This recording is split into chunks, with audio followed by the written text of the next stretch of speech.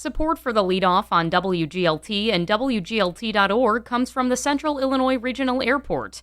Passengers can access air travel from Sierra with parking at no cost and at a location close to home. More at CIRA.com. McLean County Board members are criticizing health inspectors over confusion with CBD and THC drinks. That's one of the things you need to know to start your day for Wednesday, December 10th. I'm Ryan Denham, and this is WGLT's The Leadoff.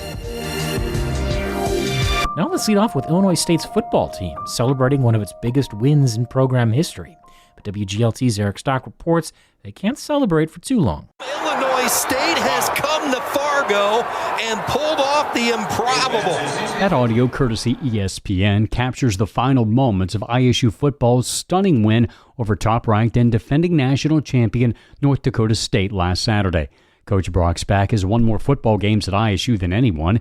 During his weekly media briefing, Spack struggled to come up with a win that was bigger, and he took a team to the national championship game a decade ago. Yeah, I'd have to admit here, I would say it was at least a top three, but I would say probably one of the best moments because it's on a big stage. The win puts ISU in the football championship subdivision quarterfinals this Saturday at California Davis, the team that ended ISU's playoff run last year. The game last December marks the last time the Redbirds lost on the road to an FCS opponent. Spack says his team performs well under adversity because they've learned to be comfortable with being uncomfortable. When you give up, 5 interceptions and a pick six and a punt return for a touchdown, and it looked like it was going to be 50-0 the other way, and to be able to take shots like that and get off the canvas and take the fight back to the middle of the ring and really dominate the game statistically, and that was pretty impressive, I thought. And now the Redbirds are looking for their first bid to the national semifinals since 2014. For The Leadoff, I'm Eric Stock. Here's some other stories we're following in the WGLT newsroom. Governor J.B. Pritzker has signed into law protections from, quote, unjust actions taken by federal immigration agents. Residents can now sue an agent for violating their constitutional rights, like when an agent refuses to identify themselves. Courthouses are also off limits for agents making arrests. Unit 5 will host another virtual public information session tonight at 6, focused on its enrollment planning study. Tonight's session is focused on facility considerations explored to date and how the community can stay informed throughout the process. And a new study shows a closing gap between what men and women are paid at Illinois companies. Nearly 4,000 companies submitted data to the State Department of Labor starting in 2021. A study of that data found women are paid 91 to 93 cents for every dollar men make in similar positions. You can find more on these stories at WGLT.org. Some McLean County Board members are criticizing County Health Department inspectors over how they address the presence of beverages containing CBD or THC additives. WGLT's Charlie Schlenker reports the situation has already caused an on-again, off-again enforcement on hemp-derived drinks. Patrick Whitaker co-owns the Shake It Up cocktail lounge and restaurant in downtown Bloomington. He says there was never really any discussion there might be a problem before inspectors said the drinks couldn't be sold anymore. And a follow-up message reversing the ban lacked clarity. In the email that we got, it was very loose. It's basically said that we can have them, we can sell them, but they could be taken out at any point. And those are expensive. Whitaker wonders if the beverages are pulled again, will they have notice of it? Health Department Director Jessica McKnight says they first learned about the hemp-derived CBD THC drinks as a trending topic at a conference back in January when the Food and Drug Administration said it was in charge of regulating them.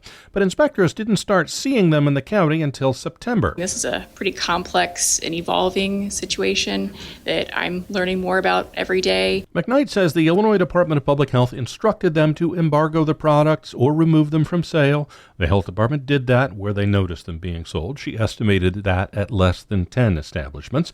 Since then, McKnight says the state has offered a little more clarity because local health departments don't generally enforce against products not prepared on site in food establishments, so they can be sold. Even though FDA has said that in their current state, THC and the CBD is not an approved food additive, we don't have necessarily that next step of, okay, so who has the regulatory authority over those products? McKnight says McLean County is not the only county with the situation. She says still unknown is not only who has authority to regulate, state or feds, but what constitutes an additive.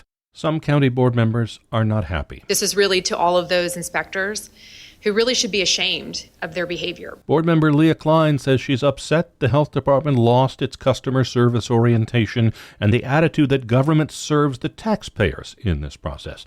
She says someone showed up one day and said you have to get rid of all this stuff, which caused a panic. I heard from bars and restaurants and grocery stores that environmental health and safety regulators from McLean County came in and said that everything from there was a directive from the governor who told us we had to do this to, threats that they would have their license removed.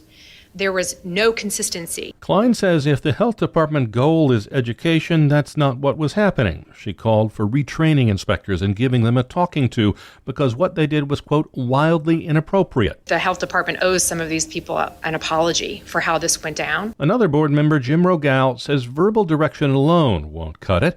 Rogal says the department must make sure everything is documented and in writing going forward. We have businesses in this county that produce these products in addition to selling the products. So some of this was a significant financial impact to some of them. Thousands of dollars of material that was dumped out. Other businesses were able to get distributors to take the beverages back and reimburse them, but they say it's unclear whether that would be allowed again if something changes fast. Health Department Director Jessica McKnight says she welcomes feedback always. This situation just shows me that we can do better. So it gives me an opportunity to take a step back, maybe reassess our embargo procedures, how we're educating out in the field to ensure that we're all on the same page. McKnight says the situation is challenging because there are a lot of moving parts, including potential federal regulation, and because they don't necessarily know about all the facilities that sell the drinks.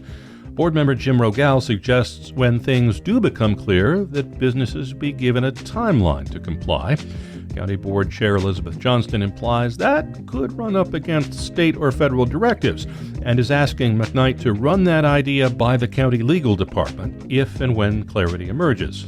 All that could leave business owners in a gray area of uncertainty once again. I'm Charlie Schlenker. And that is it for today. I'm Ryan Denham. The show is produced by Lou Warner. You can subscribe to The Leadoff on the NPR app or wherever you get your podcasts.